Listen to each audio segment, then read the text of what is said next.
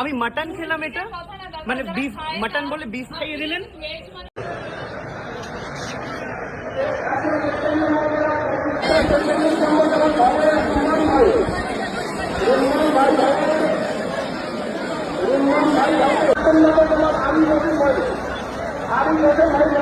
একটা ভীষণ বড় রেস্টুরেন্টে রয়েছি, যেখানে আমরা অর্ডার করেছিলাম মাটন স্টেক।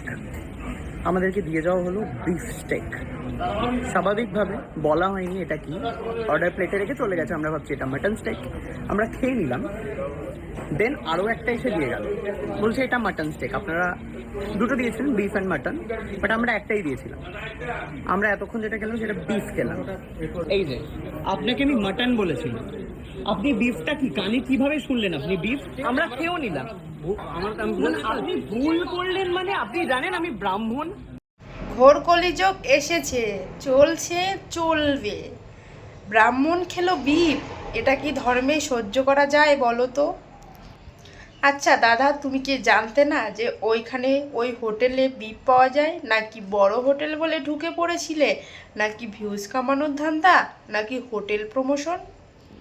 আচ্ছা মানলাম তুমি ব্লগার, তো তার জন্য সব কিছুই ব্লগের মধ্যে ঢুকিয়ে দিতে হবে? এবার বোঝো ঠেলা।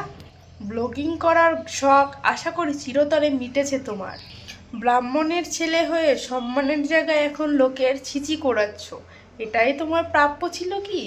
যখন তুমি একটা ব্রাহ্মণের ছেলে, তুমি জানতে যে ওইখানে বিফ পাওয়া যায়, তাহলে তুমি কেন গিয়েছিলে সেখানে? কি যখন সবই আমিষ, তো তোমার জন্য পার্সোনালভাবে কি ওইখানে আলাদা হাতাখুন্তি ব্যবহার করা হবে? এটা কি পার্সোনাল জিনিস পেয়েছো?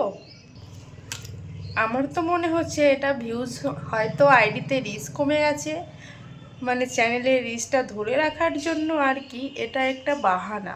তো আশা করি সবই আস্তে আস্তে জানা যাবে। তো এরকম ব্রাহ্মণের ছেলে, মানে ব্রাহ্মণ জাতিকেরই তুমি অপমান করে দিলে। যেখানে আমাদের গৌমাতাকে আমরা সম্মান করি, পুজো করি, আর সেখানে তুমি কি করলে?